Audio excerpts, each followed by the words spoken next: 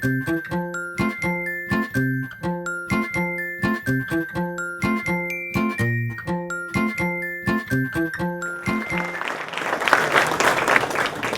muy buenas noches con todos. Agradezco definitivamente a Alonso, a Timo por la invitación. Me gusta ver el auditorio lleno. Yo le voy a contar que definitivamente voy a ser bastante aburrido, o sea que si quieren sentarse, veo en la primera fila 4 sitios, en la segunda 8. A todo el público que está ahí, por favor, creo que van a pasarla mejor sentados que parados. Nosotros, como había anunciado Alonso, somos el Banco de Desarrollo del Perú. Tenemos casi 45 años de vida y la verdad es que si a mí en el 2012 me preguntaban qué había hecho COFIDE por la innovación en el Perú, yo tenía que decirles la verdad, no hemos hecho nada. Básicamente no significa que COFIDE no haya sido importante en el desarrollo económico del Perú. Definitivamente muchas de las obras de infraestructura, de electrificación, de energía, de comunicaciones, puertos, aeropuertos, ha sido creada por un financiamiento de COFIDE. Mucho de toda la industria de microfinanzas que fortalece al Perú y en la posición de emprendimiento que actualmente tiene ha sido también creada por COFIDE. Pero particularmente en el tema que agrupa a esta mesa, a este auditorio, en innovación no hemos hecho nada. Pero bueno, yo creo que actualmente a partir del año 2014 ya tenemos actividades específicas y de eso quería un poco conversar con ustedes porque sí creemos que la situación debe cambiar. Y de hecho nosotros que básicamente tenemos muchas oficinas de atención para el público común, para el emprendedor tradicional, notamos de que en toda esta etapa de crecimiento, de bonanza económica, con un crecimiento promedio de 6% del PBI, el perfil del peruano, del emprendedor peruano comenzó a madurar. El emprendedor peruano ya tenía una visión de largo plazo, el emprendedor peruano ya estaba más involucrado con la calidad, con el relacionamiento con el cliente. Pero la verdad es que también nosotros sentimos, COFIDE, para que tengan una idea, tiene aproximadamente 180.000 atenciones al año de emprendedores, de diferentes tipos, de extrema pobreza, emprendimientos tradicionales. Como había comenzado esta exposición, de innovación muy poco, casi nada. Pero nosotros hemos notado con claridad que hay una maduración del empresario peruano, pero esa maduración se ha quedado pasmada en términos de eficiencia productiva, de productividad en sí, de innovación sigue siendo cero. Y eso es lo que queremos cambiar como Banco de Desarrollo. Voy a comenzar a hablar de algunos elementos por qué nosotros como Banco de Desarrollo deberíamos generar innovación. Acá hay un parámetro que voy a tomar de Corea del Sur, que es una economía de ingresos altos y un estándar dentro de sus parámetros de exportación, casi un commodity, que son los circuitos integrados. Un precio promedio de una tonelada de circuitos integrados de Corea vale $849.000 en el mercado. Ahora, los peruanos, para llegar a ese valor, ¿qué tienen que hacer? Los peruanos tenemos que hacer 133 toneladas de alambre de cobre.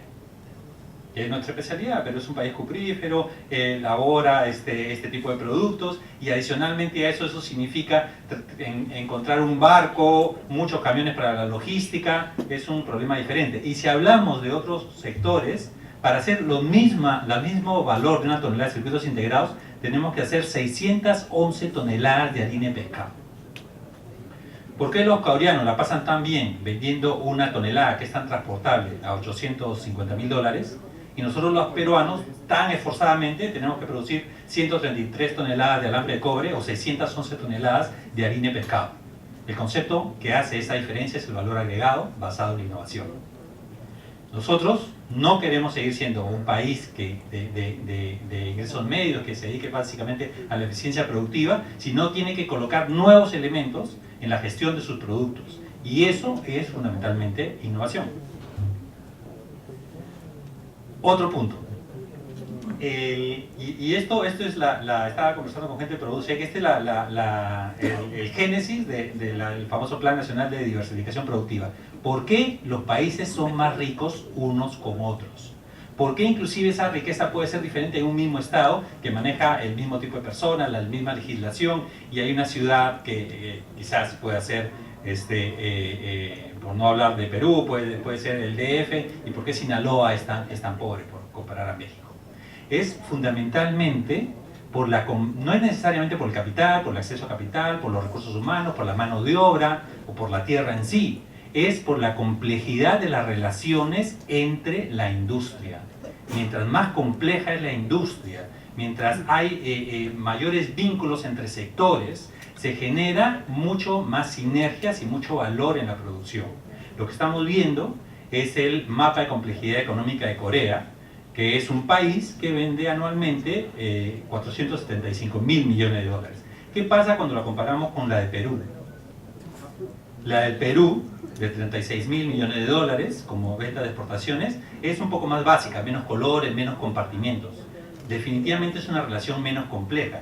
Y eso hace también que nosotros necesitamos hacer, en nuestro espectro del sector productivo, necesitamos generar mucho más actividad sectorial, subsectorial, diferentes interrelaciones entre estos sectores para ir generando más vinculación. Hay una frase que dice siempre Rob Macmillan, que es un gringo que hablaba justamente, Alonso, que hablaba que las startups, los emprendimientos dinámicos eran más eficientes cuando se relacionaban vínculos informales de confianza. Pues esos vínculos también tienen que generarse a este nivel de sectores productivos, hacerlo mucho más diverso. Mientras más diverso y más complejo sea, el país puede generar producción de mayor valor. Y aquí se nota mucho más claro cuando comparamos un país de ingresos altos, como Corea del Sur, Perú, ingresos medios, e ingresos bajos como Ghana. Un país de ingresos altos vende 475.000 millones de dólares, Perú 36.000 millones y Ghana apenas 4.000 millones de dólares de exportaciones al año. Y se ve en el caso de Ghana que es una economía sectorialmente productiva mucho más básica, menos compartimentos, menos divisiones entre sí. Entonces ese es un segundo elemento que también tenemos que atacar, la diversificación, darle mucho más complejidad a nuestros procesos productivos. Otro elemento de importancia también es por qué las startups pueden ser una respuesta al empleo y al desarrollo. En la última crisis inmobiliaria de Estados Unidos enmarcada en el año 2009-2010, se calculó que mientras los empleos tradicionales perdían más de 1 millón de puestos en el año 2010, las startups en ese mismo año generaron 3 millones de nuevos empleos. Entonces, estamos también comparando que para generación de empleo las startups también puede ser una respuesta muy importante para la dinámica laboral, que es un tema también importante, que si bien Perú está solucionando cada vez más, se generan nuevos puestos de trabajo de alto valor. Entonces, la innovación también es un elemento relacionado a la generación de empleo. Otro elemento importante que creo que estoy pasando a enumerar por qué un banco de desarrollo tiene que invertir en innovación es esta evaluación del 2013 del ranking de los 20 mejores ecosistemas del mundo. Tenemos evidentemente a Silicon Valley en el primer lugar, en este ranking por lo menos, 2 países de la región como Sao Paulo y Santiago, y si vamos analizando un poco la presencia de Silicon Valley como puntero de este ranking, Tel Aviv, Sao Paulo, Santiago, que estuve ahí hace poco con el ecosistema de Santiago, es evidente también que estos ecosistemas siempre han recibido aporte del Estado. El Estado se ha metido directamente al tema de la innovación y ha generado inversión o línea de capital o inclusive aporte directo a través de líneas de infraestructura específica y tecnológica para consolidar estos ecosistemas. Entonces también no es tirar los cabellos pensar que el Estado tiene un rol muy importante en la promoción de estos ecosistemas. Hace poco, citando al gurú Alonso Mujica, que ha dicho hace poco que los startups peruanos en qué momento tienen que madurar. El concepto de ecosistema son organismos independientes que la eficiencia de cada uno de ellos depende de la eficiencia del otro. Entonces, si tenemos evidentemente emprendedores de alto impacto, muy dinámicos, con capacidad de levantar capital en el extranjero, necesitamos también del apoyo de otras entidades de soporte, política pública, financiamiento, de universidad, de mercado, para que el ecosistema realmente comience a sonar y generar un flujo de proyectos de emprendimiento dinámico importantes. Eso todavía no se da. hay mucha dinámica en algunos sectores. Yo veo que por fin la universidad está cambiando de chip y ya está mucho más cerca del mercado. También vemos que, evidentemente, a través de política pública, hemos escuchado acá a Sergio hablar de lo que se viene dentro del apoyo a la innovación. El propio sector de startuperos, de emprendimiento dinámico, se está moviéndose ya de una manera quizás un poco más anticipada a los otros organismos, pero eso pronto va a ir madurando. Yo creo que el resto de los organismos les van a aportar definitivamente para la eficiencia de todo el ecosistema. En los modelos de inversión de las startups, hablando específicamente de lo que se inicia con la fase inicial, lo que se llama Friends and Family, para conseguir fondos de alto riesgo para iniciar un nuevo modelo de negocio. En la segunda fase, luego que pasan al punto de equilibrio, comienzan a generar ingresos, la posibilidad de conseguir venture capital o inclusive capital semilla a través de emprendedores ángeles, hay una evolución que tiene que ver mucho con el tiempo y la maduración de ese modelo de negocio. La corporación está haciendo una serie de actividades dirigidas fundamentalmente para posicionarse a finales de 2016 o 2017 en la formación de un mercado de capitales para emprendimiento, diseñado fundamentalmente para proveer de fondo de capital semilla a los proyectos de emprendimiento dinámico que tengan las condiciones suficientes, y también de toda una industria de venture capital asociada a otros fondos de inversión, donde participan recursos propios de COFIDE, donde participan recursos públicos, donde participan capital de organismos multilaterales. De hecho, sí estamos hablando con todos estos elementos, y también fondos privados, porque ahora las AFPs de noviembre del año pasado pueden invertir en capital de riesgo hasta el 10% del fondo de inversión. Los fondos de inversión de la AFP son aproximadamente 2.300 millones de dólares que están en el mercado y que hasta ahora no se han llegado a mover dirigidos a capital de riesgo. Con una estructura adecuada, nosotros esperamos que, digamos, finalmente en el primer trimestre del 2017 pueda existir ya una industria de capital donde se pueda financiar directamente estos esfuerzos. Entonces, definitivamente, resumiendo, he tocado 5 puntos diferentes, pero es necesario para el país generar un nivel de producción de mayor valor agregado, donde la innovación tiene un rol específico, donde la industria sea mucho más capaz de generar conocimiento, know-how y tecnología propia para venderla a los mercados globales. Después, es evidente, como segundo punto, que los países son más ricos mientras haya mayor diversificación productiva y mientras más complejidad haya entre relación de los sectores, subsectores y todos los agentes que conforman el mercado productivo. Eso se necesita hacer, y por eso debemos dejar de solamente pensar en cobre y harina de pescado para comenzar a pensar en TICs, en nuevos modelos de negocio, de eficiencia productiva ligados a la innovación. Ese es un elemento también muy importante. Otro punto adicional es que está comprobado que las startups sí producen y son una fuente muy importante de empleo. Definitivamente, otro factor adicional que no lo he puesto en la lámina es también el impacto de la inversión en innovación. Mientras las economías llegan a ser, digamos, había hablado de un ejemplo de ingresos altos, medios y bajos. En economías de bajos ingresos, la inversión en innovación genera un valor tal que el 90% de ese valor generado por la inversión en innovación se va a la comunidad y solo el 10% queda con el inventor, el dueño de la idea o modelo de negocio. En países de ingresos medios es cerca del 60% del valor se queda con el dueño de la idea y el 40% va a la comunidad. Y en países de ingresos medios como el Perú, se calcula que la rentabilidad de la inversión en innovación llega a ser cerca del 60% del valor generado hacia la comunidad. Entonces, inclusive la innovación, aparte de ser un elemento para generar empleo, también es un elemento para generar una respuesta a la pobreza, porque el valor que genera se va directamente a la comunidad que atiende. Y ese es un elemento que merece estar como punto 6, no lo he puesto, por eso lo menciono. También los estados, que sí se han preocupado más por forjar estos ecosistemas, ya sea en Estados Unidos, en Israel o en Santiago, los estados han invertido en el ecosistema. Han invertido no solamente en infraestructura, en soporte, también han invertido en estudios, en capital en algunos de ellos, y en en elementos relacionados también a un marco legislativo y una política pública que apoye estos emprendimientos.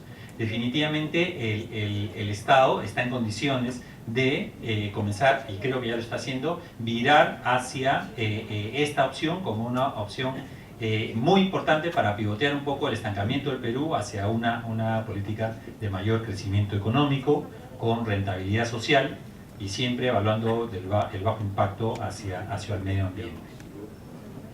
Y finalmente, los emprendimientos dinámicos para nosotros sí son están en un periodo de crecimiento, de expansión.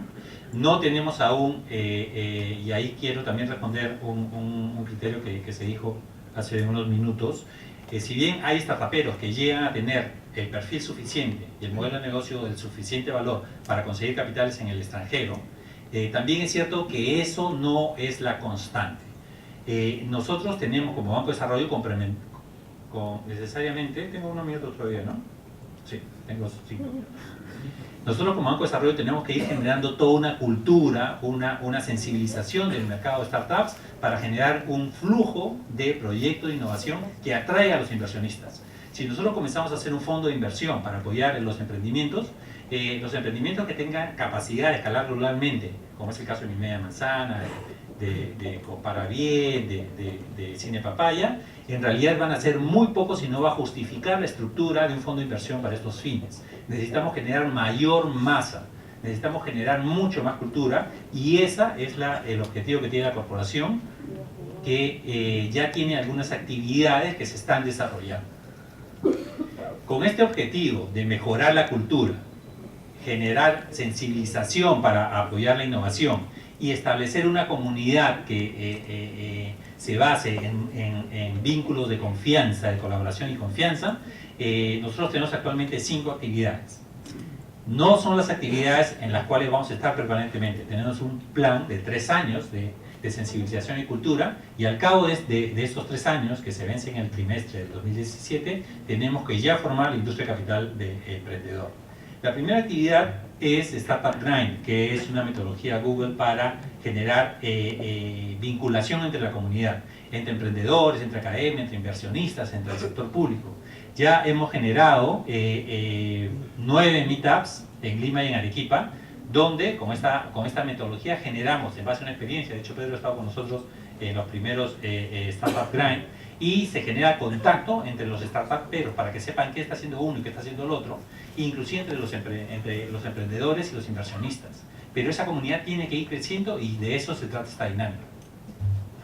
También estamos fomentando la creación del Business Model Competition, que es una dinámica dentro de universidades para evaluar la viabilidad de nuevos modelos de negocio, básicamente startups, que ya no se trata evidentemente del clásico plan de negocios, ni siquiera del Canvas, sino se trata más de modelos permanentes de evaluación del modelo de negocio en el mercado, y la corrección o pivoteo de ese modelo de negocio con mentoreo permanente.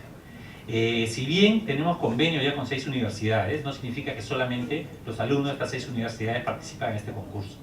Se va a generar un concurso que que ha empezado en abril de 2015 y termina en marzo del 2016, donde se va a seleccionar a un finalista y va a viajar a la final mundial de Business Model Competition en Estados Unidos con un premio de hasta $500.000. También tenemos la lista E100. Ya que nosotros queremos generar cultura, también tenemos que identificar a los referentes. Y la lista E100, que se va a publicar el 30 de octubre, va a contener a los emprendimientos de los jóvenes startuperos peruanos que tienen el modelo de negocio que la va a romper en los próximos, en el corto plazo. Y nosotros sí queremos que estas personas sean claramente identificados, porque buscamos que muchos otros jóvenes que están atrás en el desarrollo de su modelo de negocio tengan la aspiración de llegar a ser como estos chicos que ya han llegado a consolidar su modelo de negocio y están a punto de hacer el gran deal. Entonces, la lista del E100 no solamente sirve para identificar a quiénes son los líderes del mercado, sino también para ponerle una chapa de referente a estas personas que ya tienen un emprendimiento maduro y consolidado, para que también sirvan ellos con su responsabilidad de referente de generar la misma cultura de emprendimiento dentro de la comunidad del ecosistema del Perú.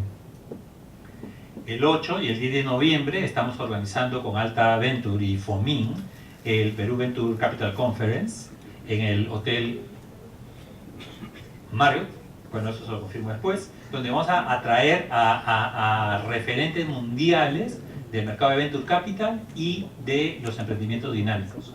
Definitivamente va a ser 2 días de actividad intensiva donde todos están invitados.